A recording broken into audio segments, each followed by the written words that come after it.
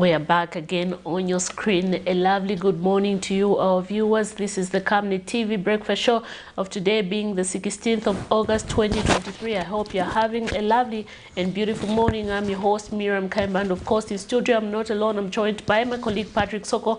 Today specifically we are looking at current affairs. Good morning, Patrick. Good morning, Miriam Kaimba. Is it a positive Wednesday? Always positive, and we are keeping it that way. I thought today it was going to be different. Why? You look so low.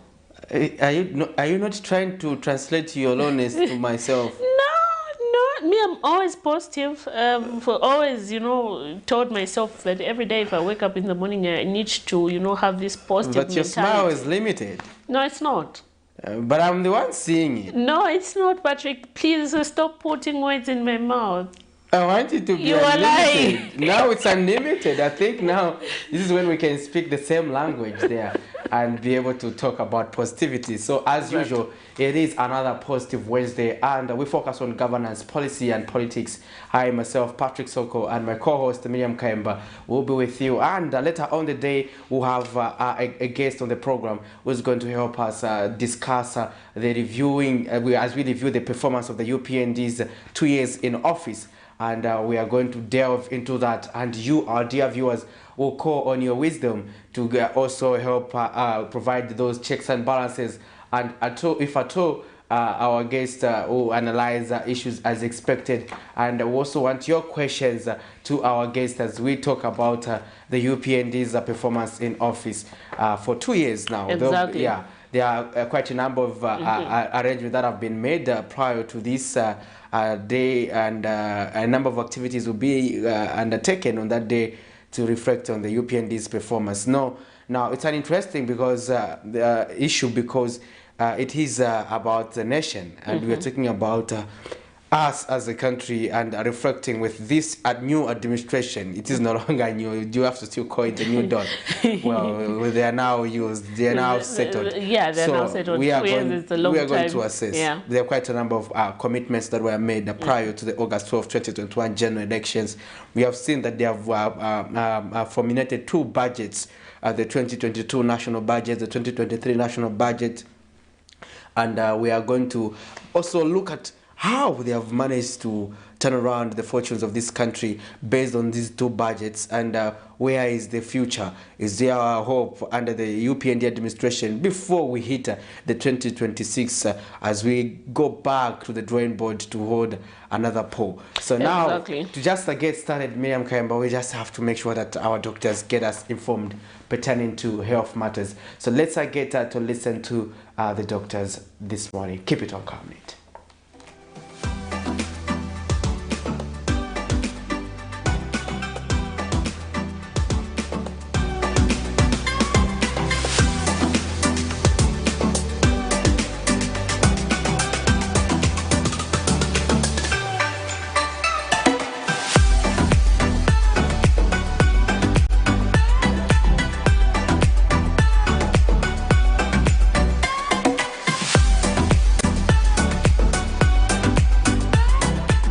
Good morning. Welcome to Camnet TV. My name is Dr. Ma Asambang, and I'm from the Medical Women's Association of Zambia. Today we'll be discussing about treatment. For the past 2 days, we have discussed on the prevalence of hepatitis B in the context of the globe and also Zambia. Then we also discussed diagnosis. And so today we'll be discussing on the treatment. Now, remember what I said. There is no one size fits all with hepatitis B. Once someone is tested positive, we do not immediately place them on treatment. Now you may ask why. Well, because not everyone's immune system responds the same way to an infection. Now in the context of hepatitis B, if someone's ALT and HBV viral load is increased, we may consider treatment. I say may because if the viral load is less than 2,000 international units and the ALT is less than 30 in a male or less than 19 in a female, then there's absolutely no reason to put them on treatment. Now, in case someone has HIV, then they would already be on treatments such as tenofovir. Now, tenofovir is one of the recommended antiretroviral therapies. You may think that because it's an ARV, it needs to be restricted to someone who has HIV, but that's not the case. With hepatitis B, tenofovir-based regimens have been shown to benefit patients who are tested positive for hepatitis B. Not to mention, it has the lowest resistance to the HBV virus. That is why it comes highly recommended. Several studies have shown its benefits. And so when we place someone on an antiretroviral, it may be for a lifetime. I know that this can be disheartening to some people, and there's always a misconception that because someone is taking an ARV, that makes them automatically HIV positive. I'm here to tell you that that's not the case, and I'm so glad to be here to educate you more on the treatment. Once someone is placed on the antiretroviral, we have to constantly monitor them with the tests that I mentioned yesterday. Just for the sake of revision, those tests include a fibroscan, ultrasound, hemogram, liver function test, and if someone is HIV positive, a CD4 count, viral load, and not to mention an HBV viral load. These tests are emphasized as we would not want any of our patients to lack treatment. Hence, compliance and adherence to the ARVs is a must. Some people with chronic HBV have been known to stop, and this may cause adverse effects. What would happen is the liver will become worse, and it may develop into scarring, then into liver cancer, or what is also known as hepatocellular carcinoma. Now, treatment is offered to stifle the process of scarring and eventually cancer.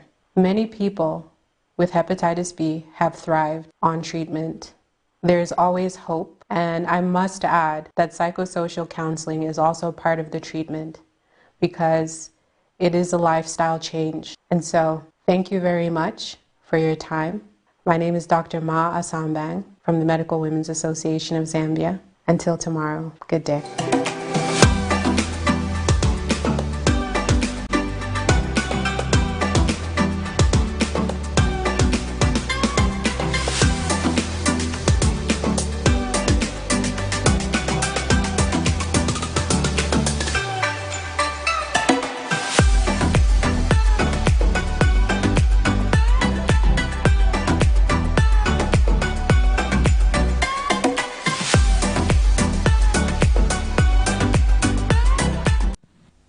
Well, there you have it. That was the Health Corner with Dr. Asambang, and we are glad that you've been able to follow through what the doctor was talking about. You too, dear viewers, can equally recommend some of the topics you would want the doctors to look at, and we'll gladly convey the message so that we can also look at subjects that are of your interest.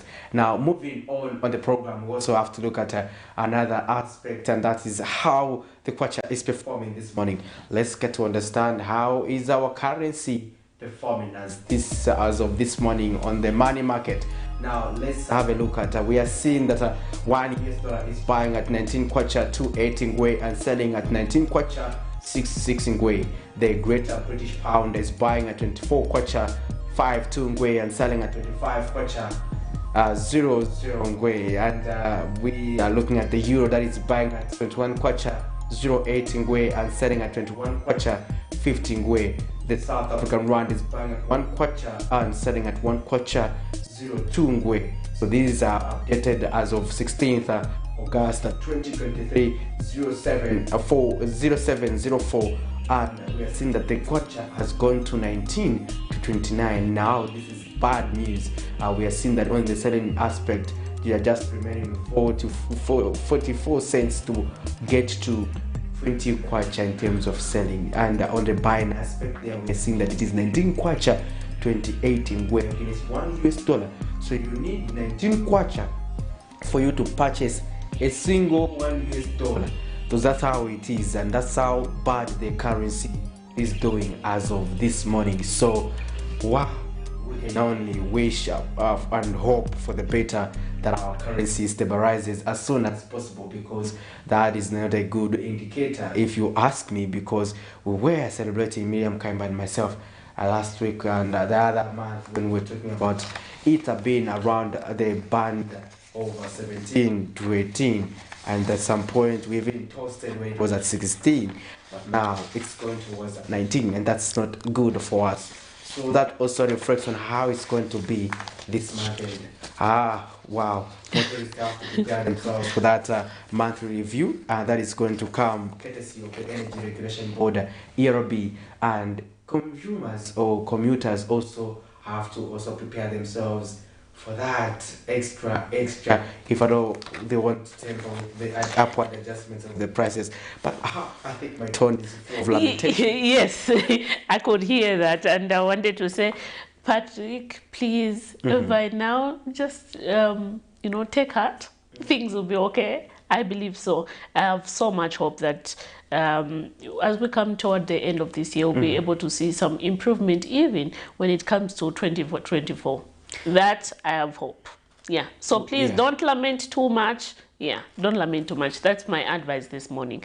But anyway, moving forward, just zooming in some of the stories that made headlines yesterday in our main news, where a Lusaka-based governance activist, Brebna Changala, has backed Patriotic Front presidential hopeful Dr. Chimba Kambuli's call for President Hakainde Hichilema to publicly declare his assets. He says President Hichilema must take these calls by citizens seriously, as they may hunt him after leaving office. Yesterday, again, we saw the UPND Party for National Development, UPND Deputy Secretary General, Gertrude Dimenda, saying that there's no law that compels a sitting president to move into State House. So these people were reacting to a statement that Dr. Kambuli made the previous day. Let's get to look at those two stories. Article 263 of the Constitution of Zambia, Act Number 2 of 2016, requires that all persons holding public office declare their assets and liabilities before assuming or leaving office. However, the number one civil servant, President Hakainde Hichilema, has up to now failed to publicly declare his assets and liabilities. The call for Dr. Hichilema to declare his assets keep growing louder, with citizens and stakeholders seeking reassurance of government's commitment to transparency and accountability. Latest to reignite this cause is a Patriotic Front presidential hopeful Chimba Kambuiri, who has given the president a 5-day ultimatum.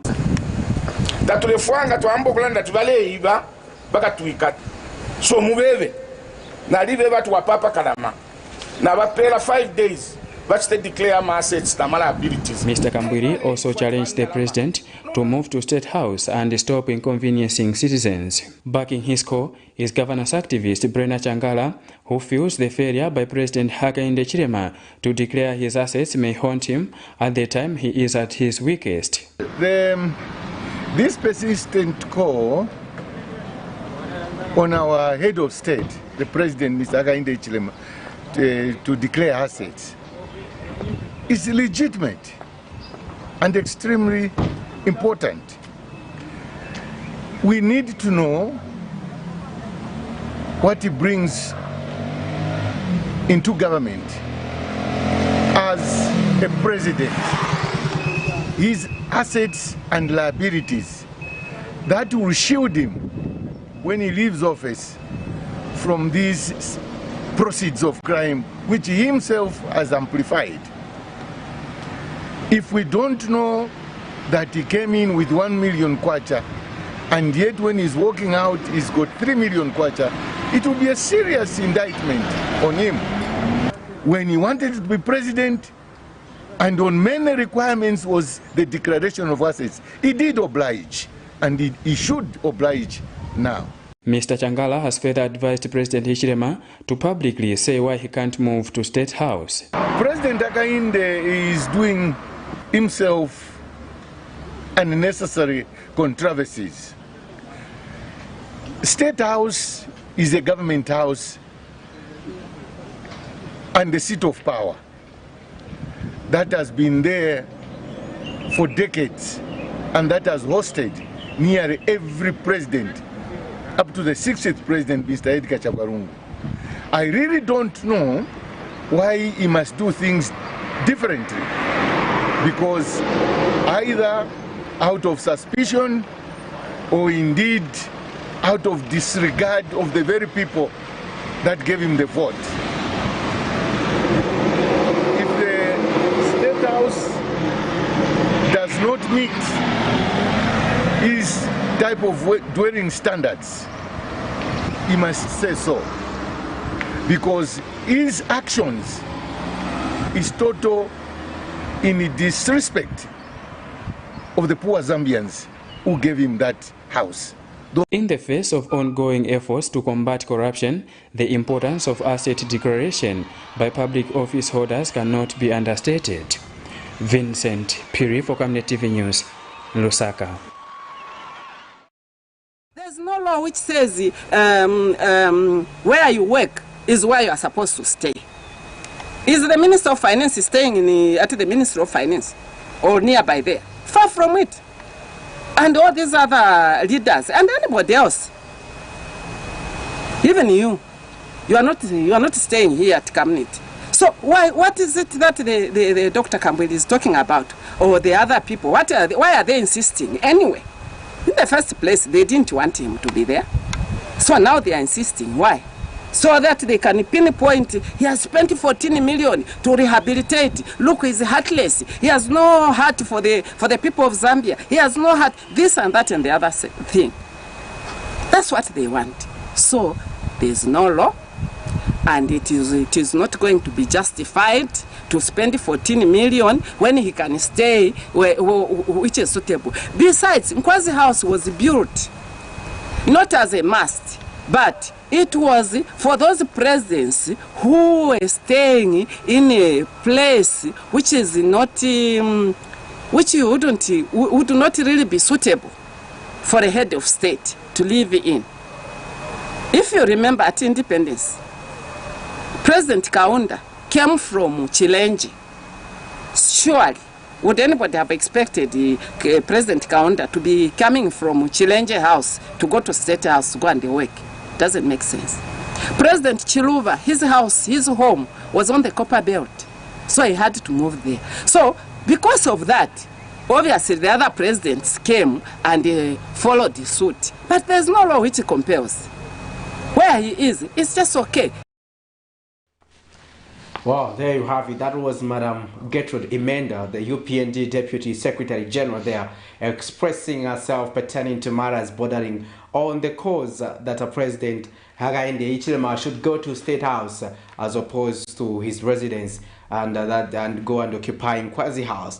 Now, there's been a lot of talk about this, and Kambili was just re-echoing that sentiments. We've been doing these stories from various opposition political party leaders. Others have equally taken the matter to the court, Miriam, exactly. And you are privy to that, to those details. Exactly. We have Sean Tembo, who is the president of PEP, who has taken the matter, is challenging that the president should not, stay at New Kasama there at Community House, but move into Nkwazi House at State House.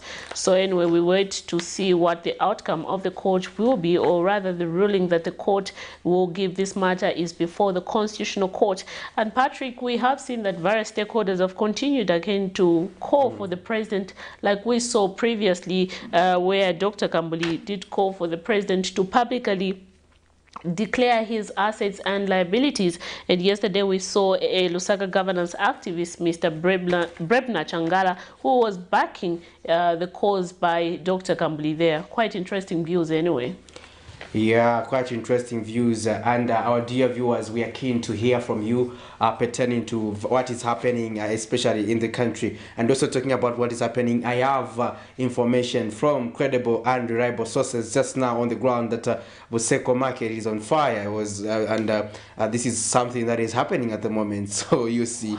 And we were talking about markets the other time, Miriam, you yes, and Chisokoni market. Chisokoni market, yes, but we are being informed that Buseko market is actually on fire, and we'll be trying to get the details of that story so that we can update you, our dear viewers, that there was the fire incident at Buseko market. So we'll follow up on that and get you informed, especially as the day continues to unfold, our dear viewers. But for now, also, as we get to get for more details, Let's have a look at a story where the Drug Enforcement Commission, DEC, in Lusaka seized over 5.6 million United States dollars and 602 pieces of gold from Global Express T-7W aircraft that were landed at the Kenneth Kaunda Airport in Lusaka Monday. DEC Director General Nason Banda says the commission also seized from the same aircraft 5 pistols, 126 rounds of ammunition, 7 magazines, and equipment used for measuring gold. Mr. Banda says the aircraft are alleged to have come from Cairo, Egypt, and that authorities received a tip-off from the reliable sources that the aircraft that was about to land in Zambia was carrying offensive equipment. Meanwhile, 10 people, among them 1 Zambian and 5 Egyptians, have since been detained in connection with the same, and investigations into the matter have since been instituted. So let's look at this story, and we'll play it back to back with another story where Mines and Mineral Development Minister Paul Kabuswe later in the day held a press conference where he disclosed the content of the minerals other than gold. So let's have a look at these 2 stories. A quite interesting twist of event here. Anyway, let's get to look at those 2 stories. The story of the gold mafia, first aired on an international media channel, seemed to have been far from home. But Zambia Tuesday morning has woken up to a shocking revelation that a plane carrying over 5.6 million United States dollars, 602 pieces of suspected gold, 126 round ammunitions, and equipment used for measuring gold have been seized at the Kenneth Kaunda International Airport by the Drug Enforcement Commission. And this is what we seized from the aircraft to start with. A total sum of 5,697,700 United States dollars. On the same aircraft, we also seized 5 firearms, namely pistols. We also seized 7 magazines. Magazines are those items where you put in the rounds before loading onto a firearm. We also seized 126 rounds of ammunition. In addition to that, we also seized 602 pieces of suspected gold weighing 127.2 kgs. We also seized equipment that is used for measuring gold, and so for verifying whether this is gold or it's not gold. They had that equipment on board. DEC Director General Nason Banda, who briefed the media in Lusaka Tuesday morning, has since indicated that 10 people, among them 1 Zambian and 9 foreign nationals, have since been detained, and investigations have been instituted in the matter, where more people are expected to be detained in connection with the matter. Egypt, and it was actually headed to Zambia. The itinerary, according to the manifest, it indicates that it was supposed to fly back again to Egypt. The nationalities of the people that we have detained, we have 6 Egyptians, 1 Spanish, 1 Dutch, 1 Nevisian, I'm not sure which part of the planet this country is, that were on the plane. And the preliminary information that we have is that we are coming to Zambia to carry out some business transactions. Meanwhile, another aircraft belonging to a local airline has been seized in connection with the matter, but Mr. Banda could not state which local airline is involved. And we have also seized another aircraft. This time this one belongs to a local airline whose the make of the aircraft is King Air B90.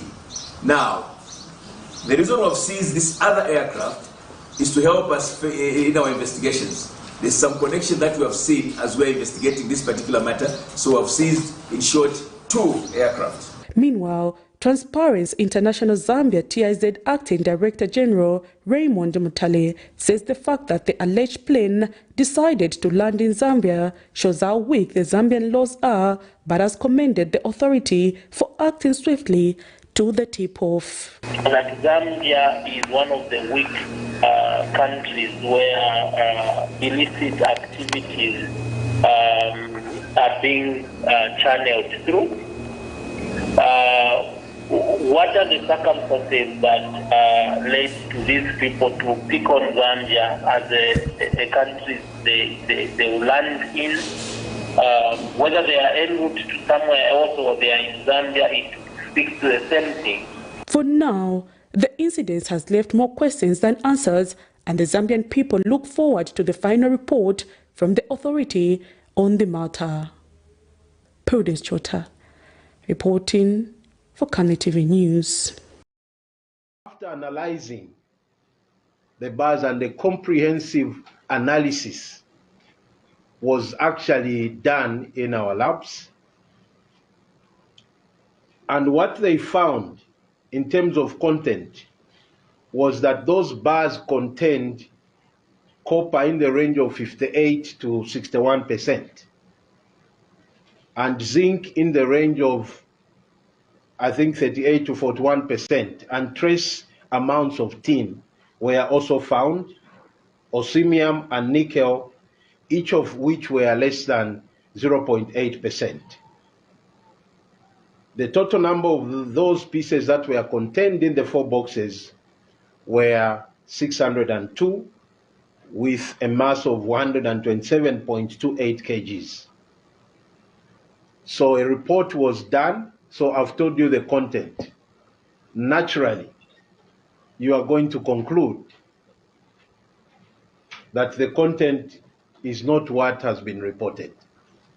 The content is what has been analyzed in those bars. So as a ministry, our role ends there to just ascertain the content of what was found. Quite interesting. It's a very a twist of event there where the Minister of Mines, Mr. Poka, says, contrary to what was reported that 100 kilograms of gold were seized at the International Kenneth Kaunda Airport from a private jet, it wasn't gold. It was copper, zinc. The minerals content. But you know, I don't know. It's something else, because but earlier we had a statement that was issued and said that foreign nations and the Zambian were nabbed in connection with over $5 million United States dollars and suspected 100 kilograms of gold. And these people had also had machines used for testing gold. The same people who came had these machines to test gold, and not to test copper. Not to test, you understand? Not to test nickel. So again, the same people are the ones. The ministry also are the ones who gave DEC information. But when the DEC were giving us an update, they told us to say this was gold. And I understand that minerals usually contain more than one mineral. One mineral, yes. But again, was it necessary for that explanation by the ministry? I don't think it was necessary, because at the end of the day, it showed a lot of misfiring and between coordination. Yes, because I suspect, I believe that they were supposed to have a press briefing where the Ministry of Mines, jointly with the Drug Enforcement Commission, do it at once. Because, you get this information earlier, later on in the day, you get another information, which is confusing to the public. And now the questions are, who were the owners, or rather, who are the owners of this aircraft? These are the questions that we're expecting to be addressed, to be taught. Where the money coming from? Where was the money coming from? Where was it going? These are the questions that people are expecting to know. Yeah. Exactly. And I want to thank our Facebook viewers who are watching the program for being with us, and we value. We have Miriam Patson Patku Simbwela, who says, I'm watching from Luangwa, Rufunsa district. And we have David Kayombo watching from Zambezi. We also have Elijah Maxford Sikaona also watching from Lusaka. Well, thank you, those of you who are watching, and also those of you who are watching us, also leave us a message. We want to make sure that we are interacting with you and that you are with us, and we value your viewership, and let's get interacting. You can also be joining the conversation so that we can be leading out your messages about some of the stories that we are looking at, some of the stories we are zooming in this morning. So we'd want to hear from you our dear viewers, because this program is for you and want your analysis, because we cannot be saying everything. We want your wisdom to also be shared so that we can contribute towards building the nation. Exactly. And don't forget that this morning we are looking at the 2 years, accessing the 2 years in office of the UPND. How has been the performance so far? Please do call us and give us your views. What do you think? Have they performed accordingly to what you expected or not? Please do send us those messages, especially those who are watching us on Facebook. Drop that message, and those who are watching us in the comfort of your home, you can simply call us by through the lines that are scrolling on your screen. But right about now, let's get direct into playing one of the stories where opposition advocates for people's prospect, President Mwenya Msenga has challenged Zambia's Republican President Hakainde Hichilema to start utilizing the presidential jet. Wow, this topic is back again. Like you heard when the president just came into office, he said he was going to ensure that this presidential jet is sold off. It's not necessary to sell it. I don't think so. Anyway, let's get to hear those views. Zambia's growing democracy has seen the setting up of various political parties with ambition of forming a government. Opposition advocates for People's Prosperity President Mwenya Msenga is calling on Zambia's #1 citizen Hakainde Hichilema to tone down and rescind his decision to sell the Gulfstream presidential jet. Mr. Msenga alleges that utilizing the presidential Gulfstream will help in conserving national resources, unlike using chartered planes. Why His Excellency President finds it more comfortable to charter a plane to go to Livingstone and avoid to use the well-known planes and helicopter that belong to the state, the ones that he has actually been using from time to time locally, and even his predecessors were using. We would want to learn.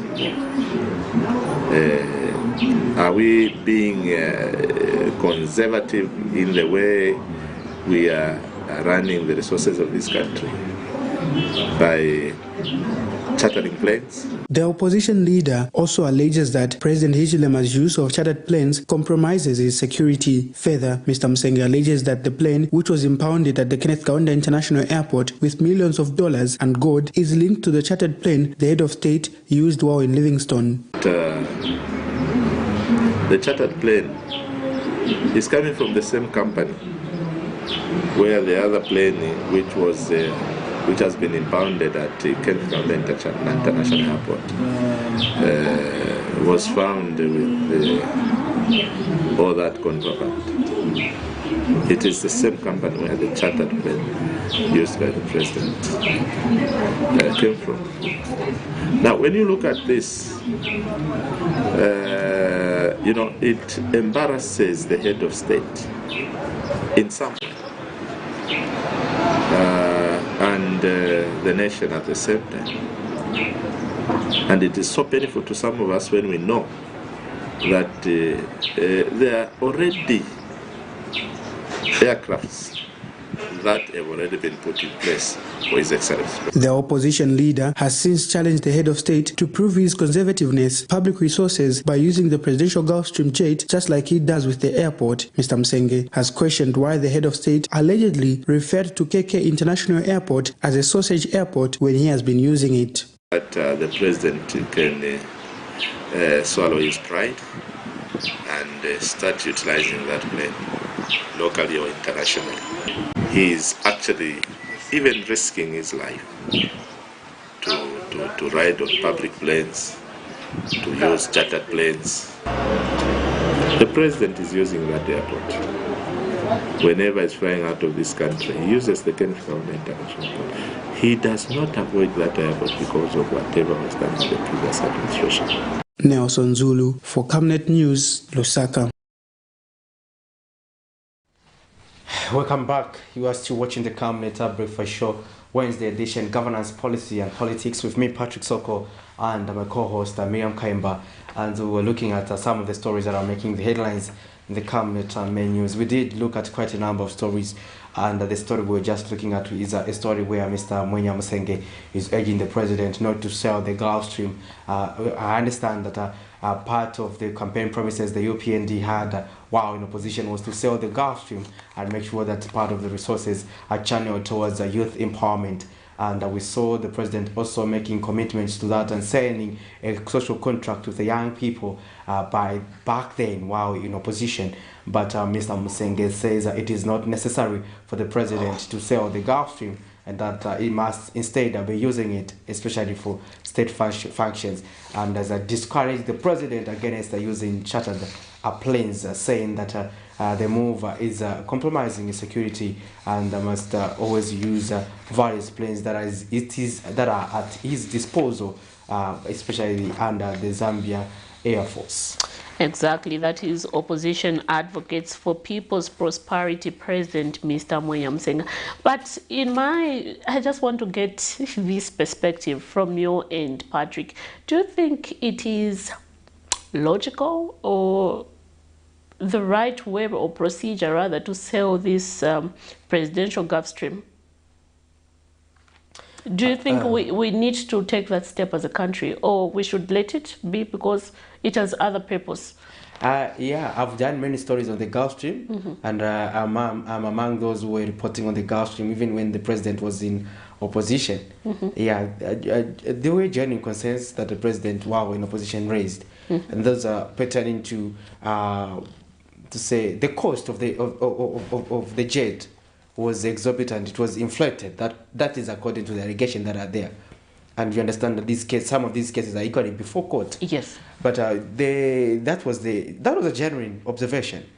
And the president assured to sell it to raise resources and be able to invest in other ventures, such as taking students to school.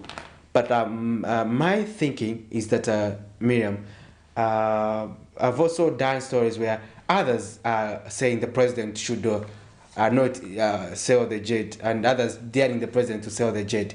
But however, for me, I think the question is do we need the jet? The answer for me, yes, definitely we need it. But that does not stop us from taking probably people we suspect to have been engaged in dubious activities pertaining to the purchasing of the jet, to respond before court, to be tried before court if at all they are found wanting, and that the law should take its course. But however, the concern is that that's an asset that has already been purchased, and besides, the jets, those jets are usually custom made, so it's not even easy to sell it. If you are selling it to the private buyers, are we going to sell it at that competitive price that we bought it at? Unless it will be a loss, huh? It will be a loss. So for me, to avoid that, we need to keep just the jet, and most definitely the jet will be a necessity in the future, and we will continue to utilize it, and the president will still need to use it. So for me, it should be kept among the assets, but that we have as a country. But that does not stop the law taking its course on those who might have been involved in dubious activities. Because if you look at the questions about is it necessary, and most of the comments that we have gotten from the people are saying that it's not necessary to sell it because we're making a loss. You know, when even yourself, Miriam Kamba, you buy a phone today at 5,000 and you stay with it for 2 days, you can't sell the same phone to me at 5,000 because you have devaluated it immediately. You took it out from the shelf. So I will be buying the phone from you at least at 3,000 or 4,000. That's if I'm generous enough, I can give you 4,000. But if not, I can give you 3,000. So you should know that if something is already purchased, it also devaluates in terms of value. So now, are we going these are when you talk about jets, these are items different from land, because land 5 years from now it appreciates, it doesn't depreciate like the way equipments do. Yeah. For this year, so they have a time frame. Like again, there are new models that are coming out, just like cars. Yeah. So, but that is also among the best models of the world of the Gulf Stream. But so I think we need to use it as a country. I think it's better our money is utilized than us again going to sell it to make a loss and gain something lesser than what we spent. So I think if there are people who need to be brought to book, I think that does not interfere with that.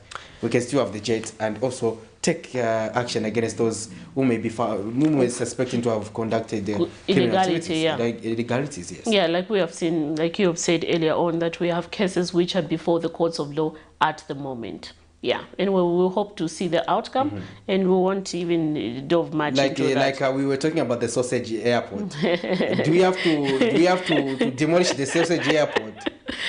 Did you have to say the sausage airport, Patrick? I'm just explaining. I just want to understand, but because that story is emanating from the fact that they suspected inflation of figures. Figures, yes. So. Does that make us to demolish it? Because so that we make a loss, Miriam? But where did the name of the sausage airport come from anyway? You have to demolish it. Anyway, in case you're we have to demolish it? Patrick, please. Anyway, no. Yes. We don't have to do that. No, you can proceed. Anyway. You can proceed. Anyway, in case you have just tuned in to the Camnet TV Breakfast Show, we are looking at accessing the performance of the UPND 2 years in office. You are aware that on the 24th of August this month, the UPND will be clocking 2 years in office, so that you, our viewers who are watching us, you can give us your views with regard to this. We have Dennis, who is watching us live on Facebook. We appreciate. He says, my view of 2 years in the office, the UPND, they have not done enough according to the promise, and I can say they have done 30% of their promise. Wow, that's Dennis. So you two are entitled to your opinion. You can also share your views, just like Dennis has done, giving us his perspective. So let's also hear from you. What do you think of the UPND's performance in office for 2 years? How are you assessing them? You can pick one or two sectors, or just one single sector, and just give us your perspective. Say, okay, I think. On CDF, I think this is my view. I think on the FISIP, this is my view. I think on the recruitment of teachers, this is my view. On the recruitment of health practitioners, this is my view. We want to get to hear your views because at the end of the day, your views matter. And also, it is good feedback for the party and the government in power, because they are going to know where they are, if at all they are making that progress. And also, if they need to work on some of the things, it is you people to advise accordingly, because you are you at the end of the day, you observe and you stay in these communities and you know what is happening in the various localities. Exactly. We also have Wadia, who says copper and gold, their difference. You are now lying. I think he was referring to those two stories we played, where the minister also said that wasn't gold, but it was copper. Yeah. We also have Mokoka, who says you think. We also have Chika, who is watching us from Chingola. We thank you. We appreciate you. We have Andrew, who is watching us. We don't know where he's watching us from, but he's watching us. We appreciate your value to contribute to our conversation this morning. We have Manchila, who is also watching us from Mazabuka, the sweetest town, indeed. the sweetest town of Mazabuka. Exactly. Anyway, moving forward, let's just zoom in one of the stories where some residents have called on the Lusaka City Council to beef up the inspection of shop owners sleeping in their shops, as it is illegal. One of the residents, Victor Muvanga, says most shop owners who sleep in shops are foreign nations who are taking advantage of the locals, especially women. He told Camnet TV News that the alleged shop owners are now impregnating girls from one locality to the other. Let's take a look at that story. Lusaka City Council has in the past few months been a center of debate, ranging from unpaid salary arrears to alleged inefficiencies in conducting its duties. Sleeping in shops by some shop owners in the country has long been an issue that local authorities have paid a blind eye to for some time. As per the Public Health Act, Cap 11 of 2011, sleeping in shops is illegal and amounts to serious punishment, but some Lusaka residents are calling on the Lusaka City Council to beef up its inspection mandate on the issue, alleging that some foreign nationals professionals are now taking advantage of the porous inspection levels. Most important,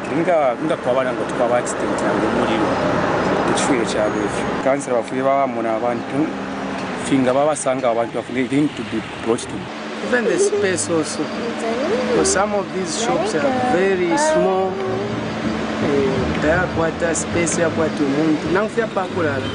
Most of them actually just sleep on the floor.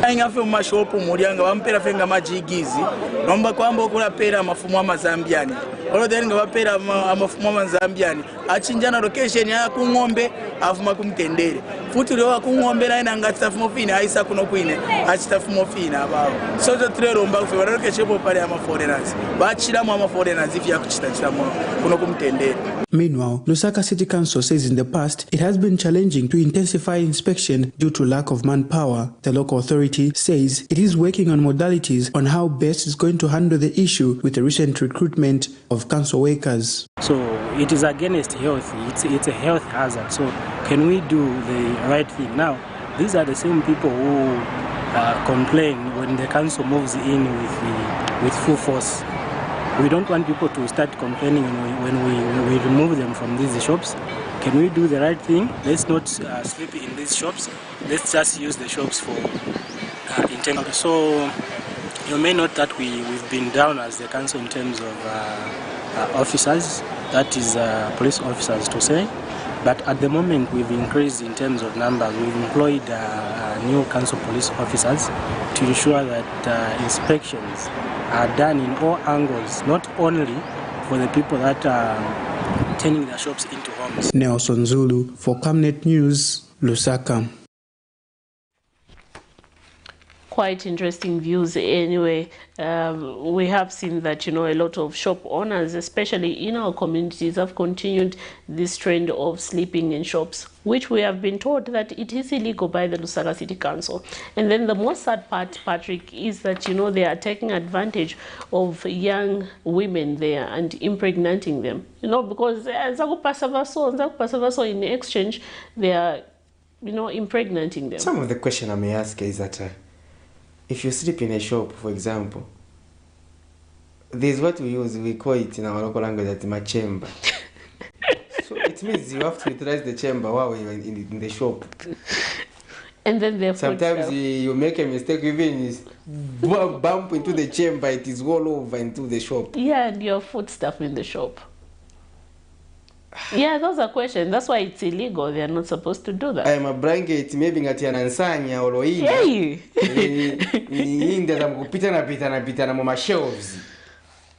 I hope you are getting. Yeah, I'm getting your concern. Then there are also some food stuff like my buns. Yeah. These things. Choka wa ukatabe sunako mabanzi. So before you open the shop. Anyway, I don't want you to overthink. I don't want to overthink. Anyway, in case you're watching us, in case you've just joined us this morning, we are looking at, or rather we are accessing the performance of the UPND in office. In the 2 years in office, what have they done so far? You are aware that on the 24th of August 2023, they will be clocking 2 years. We have one interesting comment from Sylvester who says, if UPND has scored 30%, then in 5 years, they would have done what is possible for the nation. Yes, so though that is a view there on our Facebook page. Keep them coming. We want to hear from you and we value your opinions on the program. Right now we're going to take a short break, but we'll be back shortly. And remember to keep it on Camnet TV because Camnet TV is not just another channel. Water is life. Each drop counts and each must be cherished. Our tried and tested product meets all international standards. With our smart drip technology, we aim to deliver precision irrigation designed to reduce blockage and wastage, ensuring a high yield. Rainglow, your smart irrigation partner. Get all the latest updates in court news only on Camnet TV. We take you and make you feel part of the court sessions through our in-depth coverage of the adjudication process. Get informed on those who have been arrested, delayed and denied the police bond or bail victims, persons taking plea, court adjournments, verdicts, and those administration issues in the judiciary. Camnet TV is on channel 274 on DSTV, channel 25 on GoTV, and find us on channel 106 on Topstar. You can also follow and give us a like on our social media platforms. Camnet TV, not just another channel. Get all the latest updates in court news only on Camnet TV. We take you and make you feel part of the court sessions through our in-depth coverage of the adjudication process. Get informed on those who have been arrested, delayed and denied the police bond or bail victims, persons taking plea, court adjournments, verdicts, and those administration issues in the judiciary. Camnet TV is on channel 274 on DSTV, channel 25 on GoTV, and find us on channel 106 on Topstar. You can also follow and give us a like on our social media platforms. Camnet TV, not just another channel.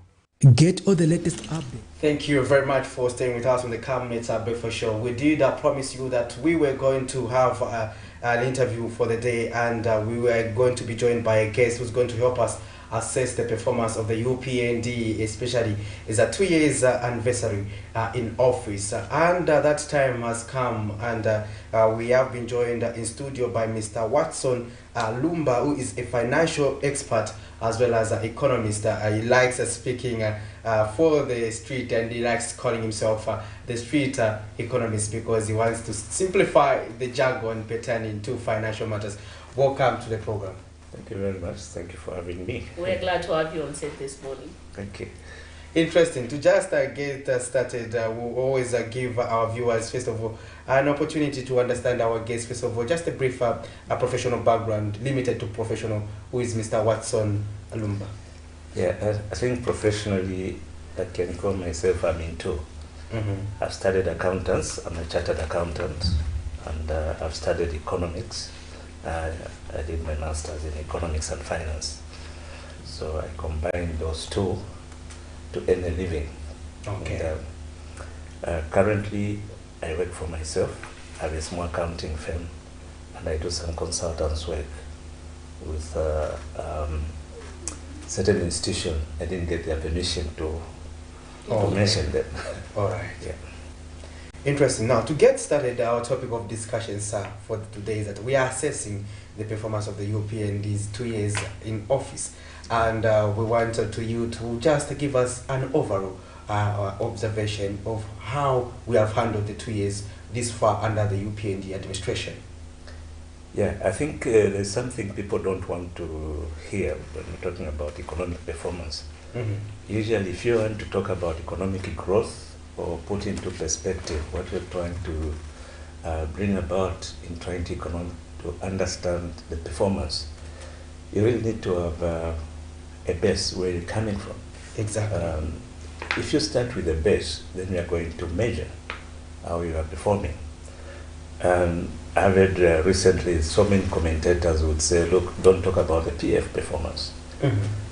Now, let's take the two governments, the UPND and the PF. Let's look at how they inherited what they did.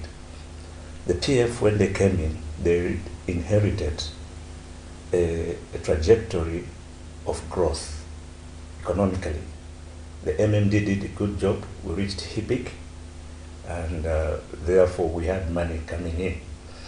And the copper was doing very well. You remember President Levy Patrick Manawasa, his government introduced the windfall tax. Why did that come in? Because copper was doing very well.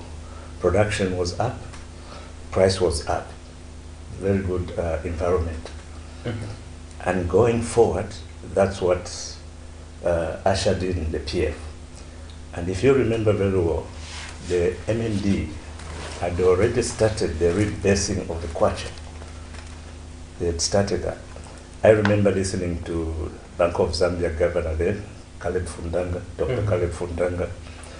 He talked on Let the People Talk. Remember very well, I was driving, listening to him, and he said, we are planning to rebase the kwacha, and that's why the currency, the notes at the time, they would write with 3 zeros at the end, very small.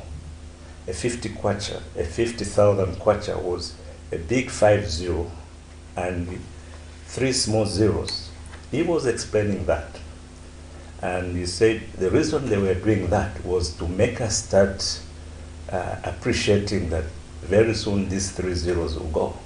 Now I'm giving this background to say, back then, that was how the situation was. So the PF inherited a good performing environment. If you talk about the flyover bridges we have, I remember very well that was started by President Levi Patrick Mwanawasa, not even Rupia Banda.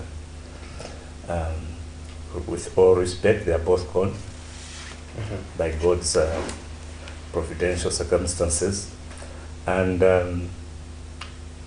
JICA sponsored consultants to design these flyover bridges, and JICA paid, and they designed the new Lusaka roads, and they called the public. They did a display at Mulungoshi Conference Center for the public to push in their comments on what the design will be. People were going to Mulungoshi, those who had concerns, who knew the thing. I'm giving this background to understand where we're coming from, to be here. And JICA also then, they put a situation whereby the Exim Bank of India was going to sponsor or was going to loan this government money to do what was happening. Now, the MMD were very cautious at that time. Everything was laid up for them. And so when President Rupia Banda came, they were about to do that. But remember, he had a short spell because we were going into election. Yes. And unfortunately or fortunately, whichever side of the equation you are, President Banda didn't win the election. And so we're talking about the PF coming into power with everything laid out for them. And also the MMD, remember our rating then, our credit rating was very high under the MMD. The MMD were talking about getting the 750 million euro bonds, but that was going to come after the election. And that's what they planned. Then they didn't win. Come the PF, everything was laid on the silver platter for them. They picked on the roads, they picked on the rebasing, they picked on the euro bonds. They didn't work for them. They never reached us the HIPIC. And so then they came in. So they started doing what the MMD had laid aside. Fast forward, what did the PF went? They went and borrowed heavily is euro bonds. As that wasn't enough, they even went to the CPs, cooperating partners. They got money. There was easy money from China. The Chinese are always gracious or generous, may put it, with African countries because they identify themselves with us. And you may know they helped us with the Tazara and the Tazama pipeline. It was at the time when no country wanted to help us.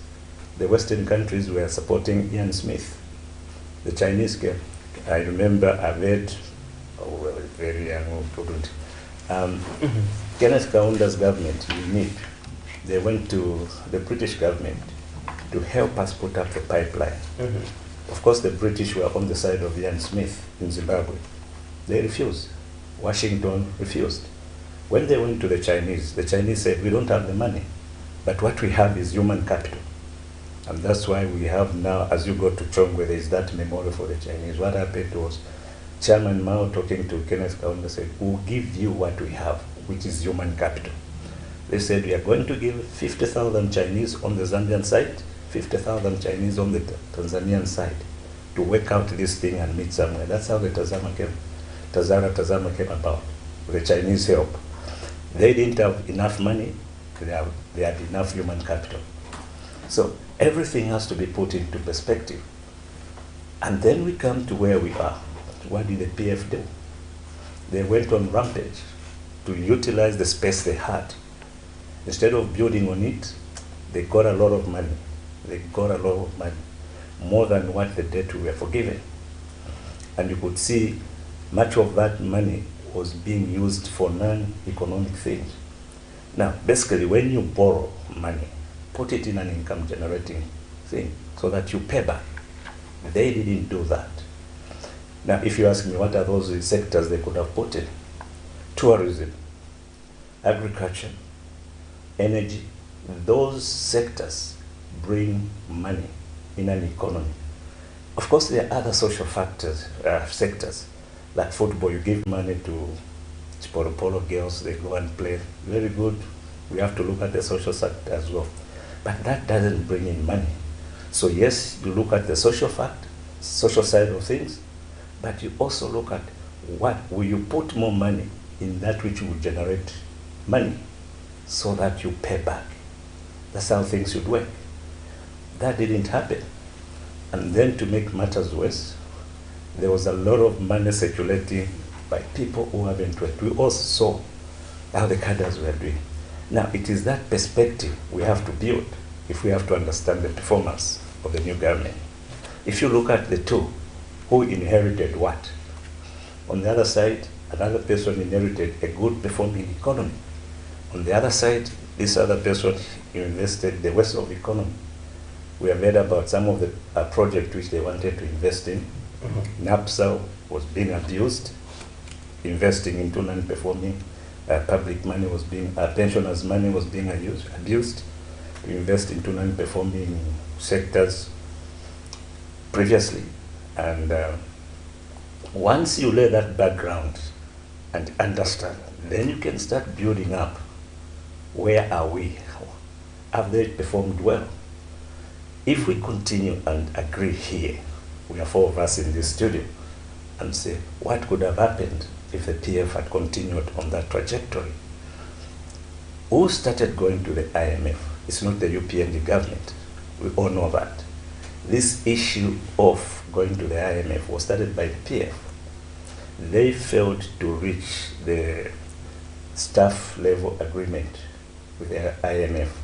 I remember when the IMF came, there was Professor Sassa's officers. The IMF came to meet the people they called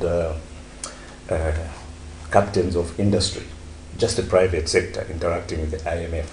Mm-hmm. And they told us in that meeting, we are having it difficult with certain indicators to reach a staff level agreement, which can then go to the board of the IMF because of the performance of the economy. Yes, the PF wanted what is there now, and they didn't because of the certain indicators. Money was being given to cadres for political. We heavily invested in politics. Councillors were enticed to resign so that their by-election, there were more by-election that time, and every by-election, you know, money was going first for ECZ, money was going to the PF themselves to campaign heavily, money was going to the cadres to go into those campaigns. Every other month, there was a by-election. And so we were spending money in something which didn't matter. Fast forward, this government comes in, they inherited empty them. Now, I don't know, but that's what we were told. Empty. I remember the president having a first press conference. He said, empty. The treasury is empty. He repeated those words, it's empty. Mm-hmm. So that's where they were. Did the PF inherit an empty? No, no, no. Money was there. Projects were designed which were already, money was sourced. On top of that, they went on rampage to get 3 billion euro bonds. Now that's Kaloa. Those guys are just you and I, we put up money together and we invest into a euro bond and we buy those euro bonds. We give the PF, you give somebody money and they give you that paper. Say, at the same time, you give us so much money. In a nutshell, I hope I'm trying to be faithful with my name, a street economist. Whatever I'm saying, there's no jargon here. So, in a nutshell, there was a good economy performing. On top of that, our credit rating, all this combined made the situation well. How come within space of 5 years, forgetting about maybe Mr. Sata's step, space of maybe 7 years, if we want to say 10 years of the PF from 2011 to 2021, 10 years, we are back even worse off to where we were before HIPIC. And it is that situation, economically, where we start building up the story. How have they performed? In your preamble, you mentioned that you know, money was channeled to things which did not generate income, like infrastructure. But someone might want to argue that, you know, for a country to develop economically, we also need good infrastructure. Like roads. Now, that's has been the argument for the PF, that roads, they've done a lot of roads infrastructure. Now, they have also bragged that the UPND administration is commissioning projects in the energy sector that were left by them, and that they managed to enhance the capacity. And while the UPND taking over office, they said Zambia was not going to have load shedding on account that the PF already set the good base as part of the investment of the borrowed resources. I think let's start with the energy sector. It is a very good start. If we're being fair, all these projects of energy sector, I would argue, were started by the MMD. The energy, all these we were talking about, the Kafue Gorge, and they were started by the MMD. The MMD laid the ground for all this. That we should bank and not argue about it. Let's come to the roads. I've already started about what I know is the Lusaka, this design of flyover bridges. I've already given in my preamble that these were started by the MMD. The design was done by JICA under the MMD. The financing was already designed by the MMD, which is the Exim Bank of India. So those were already done by MMD, and they picked them and implemented them. Let's talk about one of the roads I talk about, the Ndola Kitwe Geo Carriageway. There was a good Ndola Kitwe Carriageway. You drive on that road now. Just take yourself. Say, I want to go from Ndola to Kitwe by road. If you can manage, which I know you can, fly into Ndola, because this other road is very bad. Fly into Ndola and take a drive to Kitwe. That's the road one can brag about. How come in 2 years, not less than 2 years, that road is bad? Those are the shoddy works. Look at the money which was put into that road to redo that road. Let's talk about the other road, Kitwe Chingola Road. I drive on those roads. That road was done. Drive on it now. It's not even 3 years. That road is in that state. Yes, the design was there, but at what cost? And what is costing now to maintain a road which is done within 3 years? Yes, money was spent, and we have seen recently people talking about yes, the infrastructure. The question I just have is, at what cost? Really? At what cost? We have seen an incomplete university structures. I'm told one university is even lost. How can you lose an infrastructure building? So the minister that one of the ministers in the PF going and say, wow, we started a university and we came and we want. I'm sure you have seen all those. You people are more versed into these things than some of us who are on the streets. But that's your job, you do those things. The question I have is, at what cost? If you brag, let's pick out one of the best roads they have done. Give me one, which was started, designed by the PF.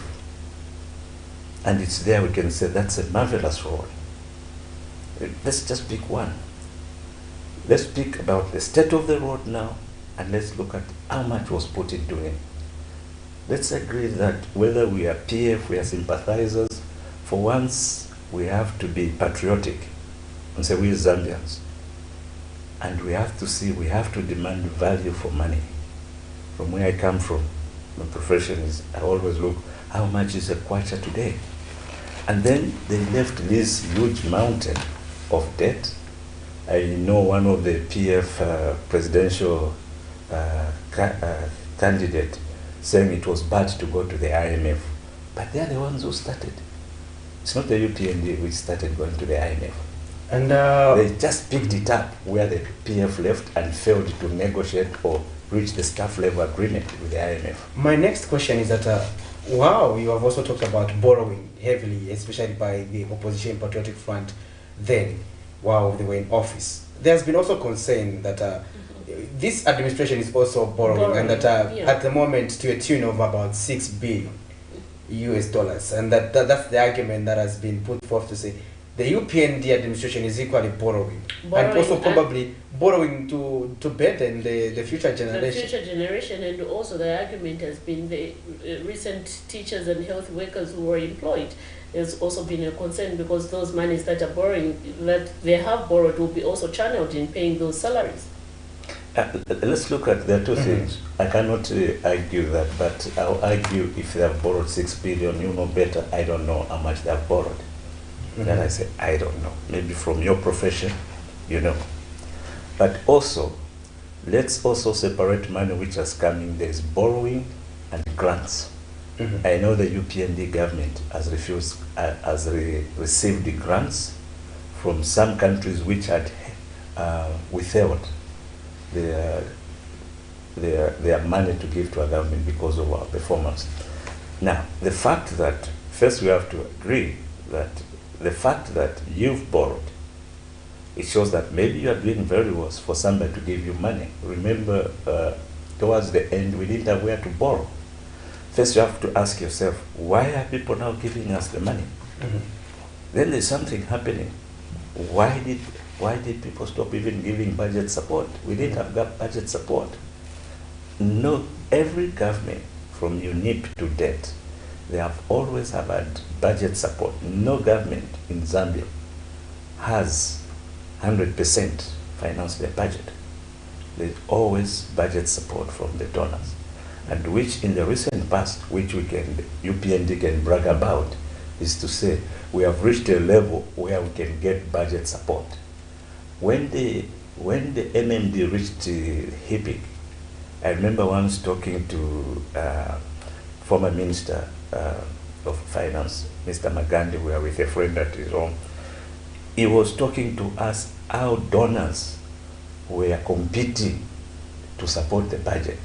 I remember once he was telling us that he would just pick up a phone this country. I would not mention some of the countries he mentioned there. Phone this country and say, oh, I'm paying my civil service budget tomorrow. I'm short of so much. Say, oh, check. And those are the words he used. Check your account on Monday. And Monday, there was some small top-up there, which we missed. Yes, there's borrowing. There's no government which doesn't borrow. Even the US budget borrows. Now, we have to separate, as I've said, there is borrowing in this and there is a grant. Even the IMF, there is money we have borrowed from the IMF with this government, which you have to say, but in there is also embedded a grant. Money will not pay back. Now, when you are doing that, when somebody is doing that, it means they believe in what you're doing. First, they believe in your prudence, in managing your financial resources, and they believe in what you are doing, where you are going to spend that money. And you know, when you talk about the IMF, rarely does the IMF lend money for social sector. When the IMF, you can ask those who work at finance, it's where they come into your economy. They will tell you the first thing they will touch is your wage bill, government wage bill. You are in this situation because your borrowing, your wage bill is too high. So they start pushing you to cut your wage bill. Remember when we were getting to HIPIC, there was some austerity measures. One of them, don't employ, don't increase budget, don't increase salaries. Those are the conditions which can. Fast forward where we are. Yes, you can go employ, increase your pay, your wage bill, we'll support you. What has changed? It's something has drastically changed. Somebody was saying, you want me to give you the money? Don't increase the wage bill. How do you reduce the wage bill? Don't cut people's salaries, leave them where they are. But remove some of the people from your wage bill. That was the idea. But let's talk about, financial stability. As a country, if we want to avoid borrowing in future, what mechanism do you think we should put in place to avoid borrowing? It's something I've talked about several times. It's very easy. You want to avoid borrowing at home? If we start at the macro level, what do you do? We can't. The minimum price has gone up. What do? Go and grow your own maize. I do that. I can tell you that a small piece of land. This year, the first time, I've got 62 bags of maize. So if I get 12 bags, I say 1 bag every month. The whole year I'm covered. 62 bags, I get 12 bags. I put them. This is for my consumption. I've got 50 bags to sell with a good price now. So that's the general advice, especially in the wake of the high cost of living. Everyone should just go and farm, as opposed to what should be an immediate solution. And how has the UPND handled this arrangement? Your observation on that? No. I'm answering a question. What should we do? Yes. At a micro level, what should I do that I don't get into that? I should stop staying at home and just borrow from the neighbors and buy my children chicken and chips. One day the chickens will come home to roast. I hope I'm being clear. I should cut on my consumption and increase my revenue. I should go and work and do piecework.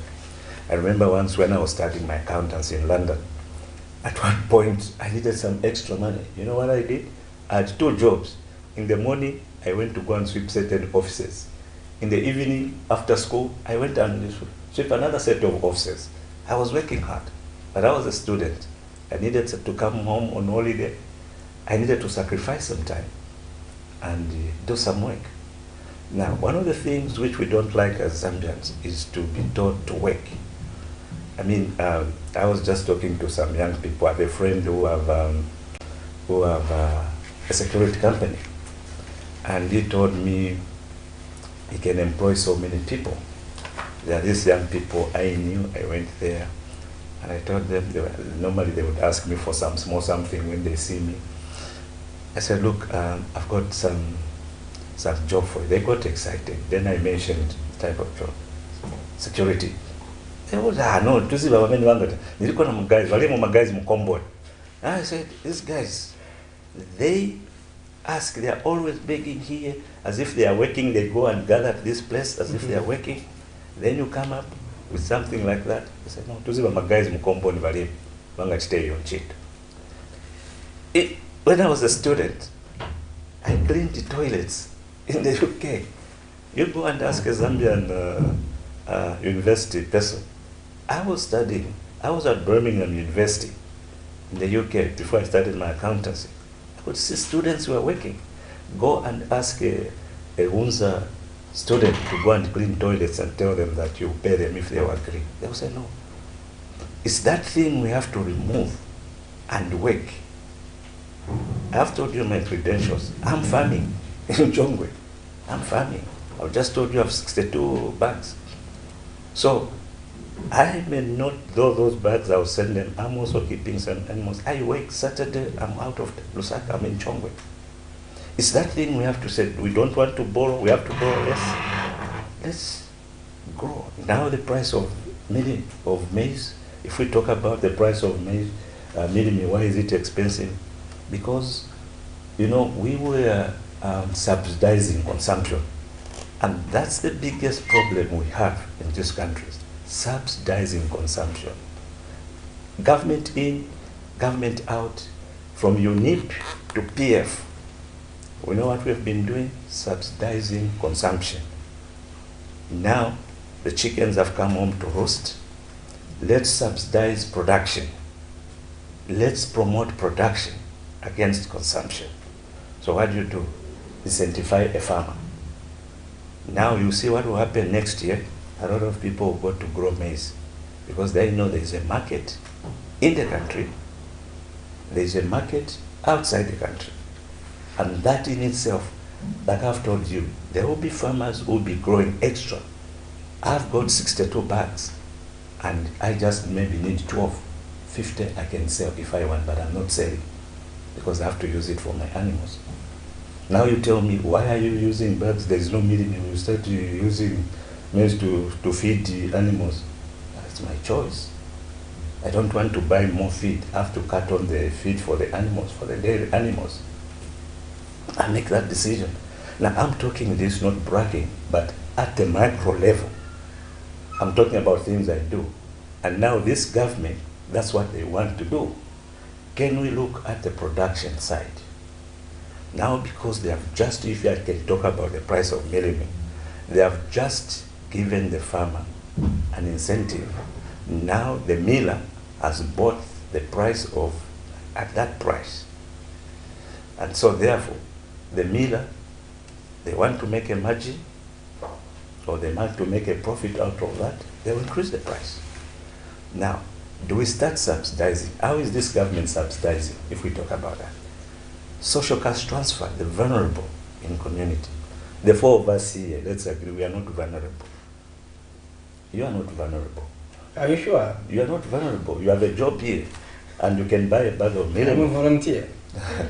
Yeah, but you are volunteering because there's something where it's coming. The four of us here are not vulnerable, but there are people who are vulnerable who are on social cash transfer. And that social cash transfer, what this government has done to look at those who cannot afford, is to increase the number, so many people are captured, and also to increase the price of what, or the money they're being given. And this is within the environment of the IMF, where the IMF could have told you, don't do that, you are poor. But the argument would be that that is just a fraction of the 19 million Zambians that are in this country. And let's say, for argument's sake, we put, say, we have 5 million people who are vulnerable, needing to be on such a program, and only 1 million are given such an opportunity. Does that, what does it leave the 4 million remainder? Yes, that's a good point. But the good side of it is we inherited a small number, maybe 6. This hunger thing hasn't started with UPND. Even in PF, even in MMD, they were there. What has this government done to address? Let's talk about the issue of what you have raised, which is a very good thing, and we miss out. It's a poverty reduction. How do you reduce poverty? Now, poverty reduction, if I do a service to you and you don't pay me, you are increasing my poverty. Agreed. I come, I do some work at your house, madam, and month end come, please pay me. No, I'll pay you next month. Please pay me. What have you done? You have increased my level of poverty. I spend time working for you. The pay time come, you don't pay me. You have induced poverty on me. Do we agree to that concept? Do we agree? It's simple. I work for you 30 days. I'm not earning anywhere. I'm working that you pay me. Those 30 days I've been working for you, I was in poverty. Now I'm trying to say, when you pay me, I'll be better off. Then payday comes, you don't pay me. You have worsened my situation. I grow my maize. Forgive me for bragging. I'm not bragging, but I'm trying to give an example. I grow my 62 bags of maize. I give them to you that pay me so that I can pay my children's school fees. I can buy some food, and you don't pay me. You have made my situation worse off. Yeah.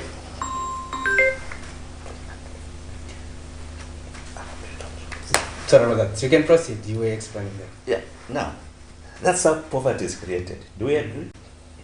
Yeah. So you owe me, you are not paying me. And that's the situation we're in. Farmers are not being paid. Pensioners are not being paid. Queuing up everywhere. And on top of that, my child has to pay at school, I have to pay at school, I have to pay for my daughter who's at college, and now I can't pay. And all these things crowd up, they leave me in poverty. And that's the situation we're in. What does this government do? If we're talking about their performance, the debt of pensioners is being dismantled, and these things are there.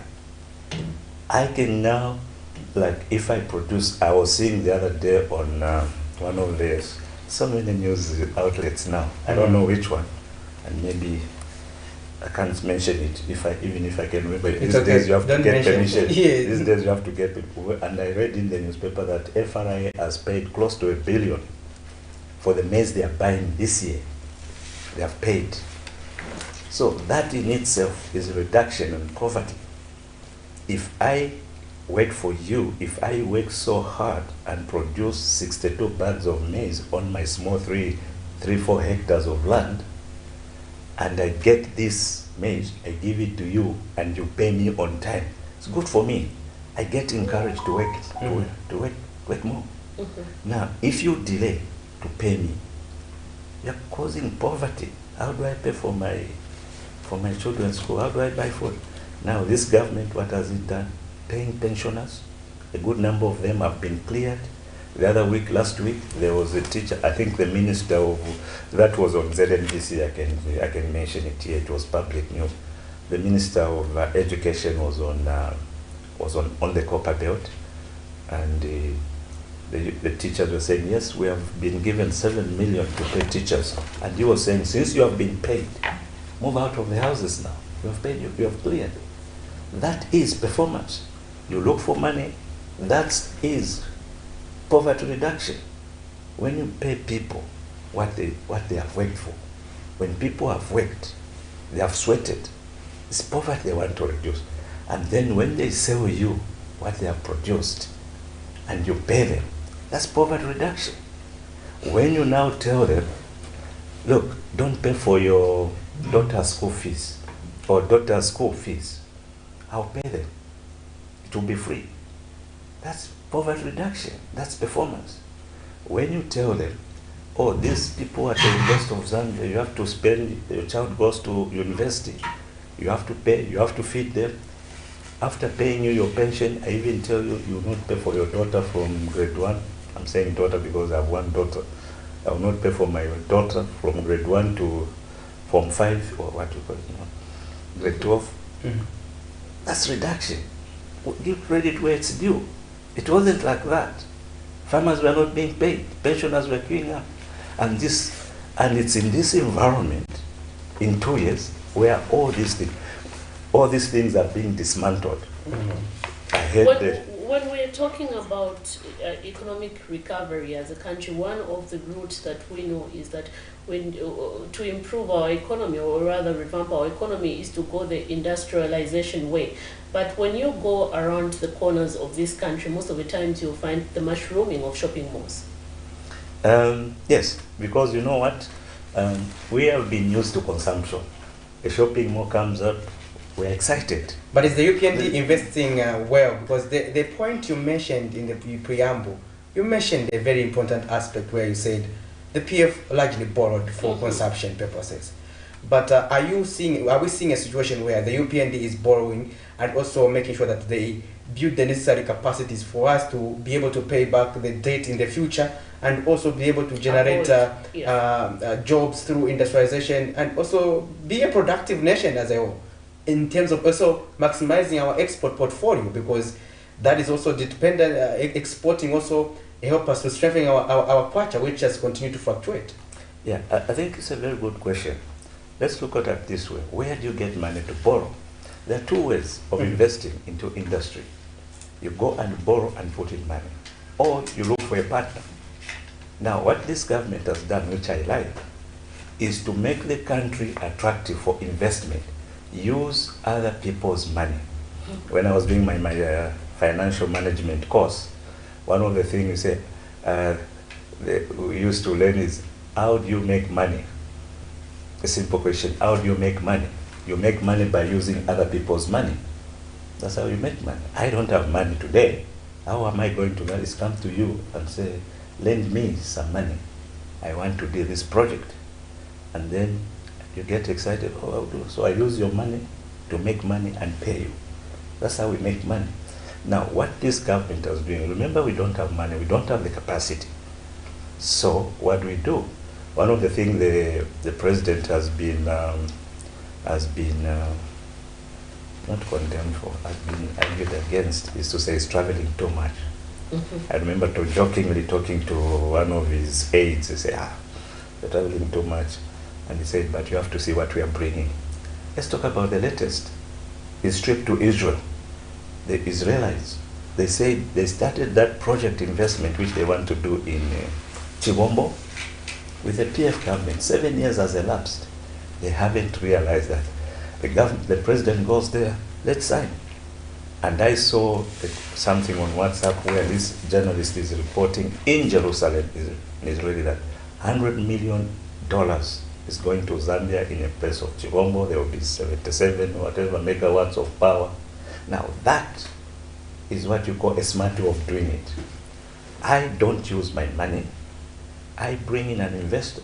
The president went to, is it Qatar or Dubai?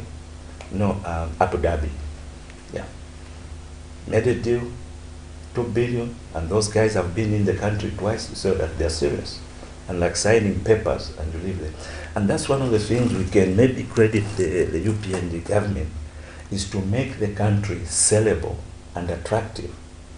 The Israelis, they are bringing in 100 million, which they could have brought if the environment was okay and the government was committed, because they started that thing with the PF government. But it's stopped. Yes, but I want you to add to this, because the biggest opposition Zambians are having is that most of the opposition political parties we host, especially on the breakfast show, have been arguing that are we going to continue to bring in investors and reduce Zambians into spectators? Because Zambians want to see you, for example, owning that facility, and that there's been less commitment to create our own millionaires. And that how do we get to that level? How did Israel get to that level? It's something Zambians continue to ask, because it's like we are giving up everything and while others allowing others to run our economy. Yeah, it's a good argument. How was the World Bank and IMF created? This was after the war. Europe, it was in a serious economic challenges. They didn't have money. I've just said here, how do you create money? By using other people's money. Let's look at a Zambian entrepreneur, a tenderpreneur. That's what we like doing in Zambia.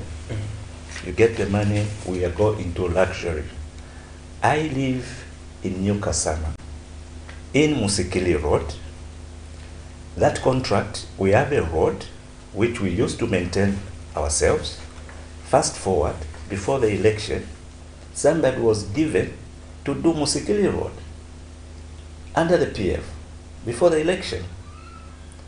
Go and see Musikili Road today. It is worse off than we were doing ourselves. I just live there. That's where I was coming from. The road is bad. How bad? Bad. And they brought in this white sand. They dug all the soil as drainage. This was a Zambian who was given that. I cannot mention the type of car he was coming with there. And as it would park his vehicle there and we would see him, we were thinking, oh, we have a good road. That's a Zambian way. The road today, I don't know how much money that guy was given or that contract was given in Musikili Road. It's worse off than we were before. But money was given. Now, how do we promote such kind of mentality? If I go to somebody, to a farmer now, I'm in a position where I can go to the bank. This is what I've done. Can you help me now? But we are into consumption. I want to drive a BMW. The first thing to give me a tender is to say, Naralia Pesap. I want to buy a BMW before I even buy sand on site. We are enemies of ourselves. And then the other thing, which also kills people, forgive me for saying what I'm going to say in this nice radio or TV station. We think money should come by prayer and fasting. You go in the mountain. Why do we trouble God? He has given us everything. Really? You go prayer and fasting the whole night. I'm a Christian. I go to service. Prayer and fasting for God to just open the windows and release money for us. Money which comes that way. It's not kept. It's like winning a lottery. Tell me a millionaire who has won a lottery and they're still showing off that that one won a lottery and this person, no one. Tell me a millionaire. They have all have worked hard. They go for a consumption. When you do a business, if we have hours to advise entrepreneurs, that profit you make, just get a fraction of your profit, the other part of your profit, put it back in business. That's how you grow. Now in this country, when you do that, people cannot look at you and say, how have you made the money? They follow your life. They'll just look at, oh, he's a Satanist. We don't glorify people who have worked hard and elevate them and make them models. We demonize them. Now that I've said I developed 62 bags of maize, people may say, how did you do it on this one? I can tell you, I've got a farm manager there, we can tell you how we just did. We didn't even get I belong to a cooperative there, but the people who run the cooperative who are on top of us, we got a bit of fertilizer they gave themselves. You find this FISIP, and I was saying the other time on Dam on TV, you can say, because FISIP is not being managed well. There's no look back. Who got the fertilizer? What did they do? People get fertilizer and resell. I have a farmer neighbor who told me so and so got money for, oh, how much is fertilizer? 900 kwacha. No, there's somebody who got fertilizer from FISIP, he's selling it for 600 kwacha. They got the fertilizer free and they didn't use it. They go and resell. And then they come to sell to a guy like me at a markup. How do you develop things like that? And then the government also, I can say something against them. They don't care to look back. They don't care. This year in, year out, they don't say, who did we give the fertilizer? What have they done? Do we have people? And you see the top guys in the cooperative, because we are in a kind of village setup where we are, and we are not very well known. The fertilizer comes to our cooperative, the top guys get. And if you ask those top guys in our cooperative, you find that one fund has registered 3 people in the cooperative, and they are the top guys to get that FISIP. Us who were down there, because we are newcomers maybe, or we don't live in the village, we're not given. And because I live in Lusaka, they assume. You shouldn't even be given. You were just talking about capacity just a while. You have the capacity. You do not qualify. You do not qualify. You do not qualify. No, but I'm in the cooperative. So you should look, a guy like me, okay, look, if I argue, I'll say, I got 52, I had to buy fertilizer at 900 kwacha. I got 52 bags. Now assume I got that FISIP fertilizer. Maybe I could have done 100 bags. That's how it works. It could have been an additional No. That's how we make money. Now you can't. But then after I do that, you follow me. Did he steal fertilizer? Or is he a Satanist if I was to get to those levels? Because look, our churches are packed with people praying for divine miracles. God has given everything. And he says, go and subdue the earth. But we want to ask God now, God is giving us the intellect, like in this country. Got the land, the intellect, people. I can tell you where my farm is. I call the villagers around and say, come and do it. They don't want. He works one day, they go and drink. And I've started, I went to the village head woman. I said, can you give me people who can work? Your people, no, you are not employing people. I said, okay, give me the people, because this is what I'm going through. I ended up importing people from Southern Province and Chisamba to come to Chongwe. That's what we are doing. Because the locals, they don't want to work. And that's what we have to overcome. And now, to start that, it's going to be painful. And this is where we are in. Give money to production, not to consumption. We are so used to consumption, from UNIP to debt. is all about subsidizing consumption. And when you start the process we have started, you are not given credit. You promised. Before you tell me that time is up, let's go about one of the things I thought about, which you asked me. As the UPND lived to their promises, now I can say yes. What did they promise? Free education. I went to vote because there was a young man who, I think the picture where he was in his town. Are you also wanting cheaper milimi? No. Let's look at it. You answered yes, so you pointed the one education of the things first. you are saying, one of the things that they promised was free education. Talking We about have some ticked. of the things we have ticked, and some of the things that they promised during their campaigns was that a 25 kg bag of mini meal will be sold at 50 kwacha. How do you sell a bag of mini meal at 50 kwacha? Tell me. Was that a lie? No. That was the promise it's not that a we lie. told. It's not a lie. How do you sell a bag of mini meal? Okay, let's give this example. This is a beautiful building where we are. It's a massive building. I always admire it when I'm passing here.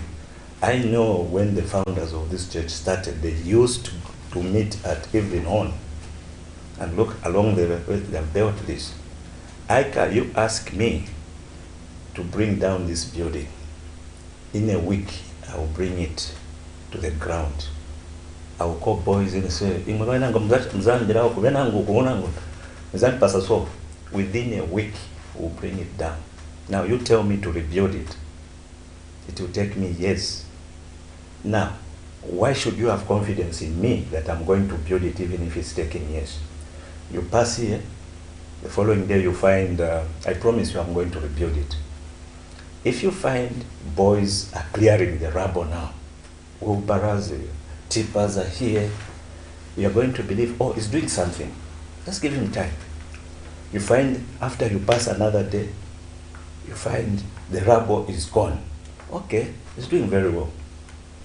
The other day you come, the boys are with picks and whatever, digging the new foundation for this building. Okay, it can't be built in a week. Yeah, they destroyed it in a week, but they're doing something. You pass, sand is delivered. You pass, stones are delivered. You passed, blocks are delivered. So now let's give him time. And that's why development works. Yes, they developed, they promised a lot of things to build a new Zambia. But you pass, you take out free education. Okay? What would you say? Even cooking in Shima, you are going to eat in Shima. Now you pass, the fire is not even made. You pass, there is nothing. Now if you see the fire is made, okay, to that. You pass, no, the pot is there, water is being bought. No, to rep, vajuva to rep. You can't say because I've taken 2 hours to cook in Shima, but when you see I'm doing certain things towards that in Shima, you should be patient. Is it zero which has happened? Remember where we're coming from. Me, I say, well, look, we are impatient because we are into consumption. When I bought that piece of land, I almost gave up. The first time I did maize there, on the same piece of land, there were armyworms. I got 15 bags. The price of a bag was 60 kwacha. And I spent 3,000 kwacha. So if I was going to sell those 15 bags, I was going to get 900 kwacha against the expenditure of 3,000 kwacha. I would have made a loss of 2,100. I didn't even sell it. We kept it for consumption. I gave some of it to my mother-in-law to make chiwantu. By mentioning chiwantu, you even know where she comes from. So we drank chiwantu, part of it. Fast forward, I spent about 5,000 kwacha on 3 hectares, on 3 acres. I got 62 bags. If I was going to sell that at 280, how much am I going to get? Can you do the maths? What I'm saying about, you need to take and give credit where it's due. The minimum price, what has happened in the recent past, is to say, let's subsidize production. How do you subsidize production? Give the people who have worked an incentive. to work more. And when they start producing more, the prices will say demand and supply. Economics is about demand and supply. Farmers, not many farmers grew maize last year. The price wasn't good. FISIP was delayed. Now, when you look at the price, it's very attractive. We are going to see next year to have more maize. Tanzania wants Zambian maize. Kenya wants Zambian maize. Congo wants Zambian maize. So we go in there and work hard. But you know what we want? We want consumption. If, as a people, we say, let's look at production. And you know, I'm chair for INDEN, and one of the things people ask me about the fuel prices. You know, fuel prices, we don't make fuel in Zambia, we don't have the capacity, and we import, and fuel is affected by two things, the price and the dollar. We can talk about all these things. And I deliberately started by giving you the background. It wasn't all roses. I would argue against the UPND if they inherited what the PF inherited. And I find it unfair for PF people to come into your studios and they forget what they left. They didn't leave what they inherited. Let's not talk about it. Let's just agree. They didn't leave what they inherited. They left the situation worse than they inherited. That's a fact. No one can argue that. Cadres had more money than you people working here. You woke up early in the morning to come here, and somebody who got to throw a stone to somebody who is in a red t-shirt gets paid for that. Harming, injuring your fellow Zambians, you get paid for that. In the name of, that's where we're coming from. When that is cleared, and there's a building which is going on, like I said, you have confidence in me. The first time you come, the slab is done. You can wind up. Yes, you can wind up. How they performed. Free education, desks are being produced, CDF. Now money is going at a local level, which never used to happen. I was a member of parliament for 1 year, 6 months in Solway Central. Now how much I was getting? 600,000 CDF. And it was so small. And when I would get that, I had 5 wards in Solway Central. And what I did was we shared 100 per ward. The other 100 which remained, we said we are going to buy desks. Now if you have CDF... Now that you have expanded CDF, are you going back to Solway and represent the people? I think they have an MP there. There's a future. There's an MP, there's a future, and I like what I'm doing. But when duty calls, there's only... And I can say when I went to Parliament, I'm not bragging about it, I never got a vehicle. I was the only member of Parliament who never got a vehicle. I didn't go there for a vehicle. When they asked me as Parliament, I said I have a vehicle which can take me from Lusaka to Solwezi. I never went to go and queue up for a diplomatic passport. Never. Now, if we start doing there to go for consumption, and I'm just asking Zambia that this government has performed in the 2 years, free education, teachers employed 30,000 at a go, nurses. Now, these people in security, in so many uniform, how many have been employed? Jobs, how many companies are coming? Investment, right? The Israelis are coming. We need to say, you know, in this country there is a PhD syndrome. Every time, you can't develop with a PhD syndrome. Give people who are working incentive. If I tell you I have 62 bags, give me an incentive that next year I should reach 100. Not bring me down. Don't bring me down, encourage me. That's what we like. Give credit where it's due. Ask an opposition member here, we come and debate there.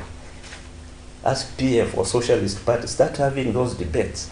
We are organizing one for you so that you can come and just fight. I think this is where we have to go. Because we see, we need to give credit where it's due. Exactly. We have to develop. Interesting. Education, done, bang, the UPND can put it. Health, of course we have challenges. I don't know what is going in the medicine. When you talk about milling, which is our staple food, You ask me, are you happy that the price of milk was gone up? No, I'm not happy. But I'm happy that production is being subsidized. And that's how you grow the economy, by increasing production, not consumption. Thank you very much, Mr. Watson Lumba. We value your comments and contribution to the program, and we are happy that you honored our invitation to be here and help us discuss the performance of the UPND, especially after 2 years. Thank you very much for having me. Interesting. So, our dear viewers, this is where we have to call it a day. But remember, we do stream our breakfast show on our Facebook page as well as YouTube. You can go back and listen to our conversation with Mr. Lumba. He was bringing out various aspects. You can get to also leave us comments on that feed so that we can hear from you. And if at all you do agree or disagree with some of his perspectives. And we'll continue doing this in terms of analyzing how the UPND'S performed up to the actual day of the anniversary. That's on the 24th of August 2023. And we want your contribution, especially as our dear viewers. This is where we have to call today, but remember to join us tomorrow with the Camnet Breakfast Show, Governance, Politics, and Policy tomorrow with me, myself, and Marco Kwakozi. Keep it on Camnet TV.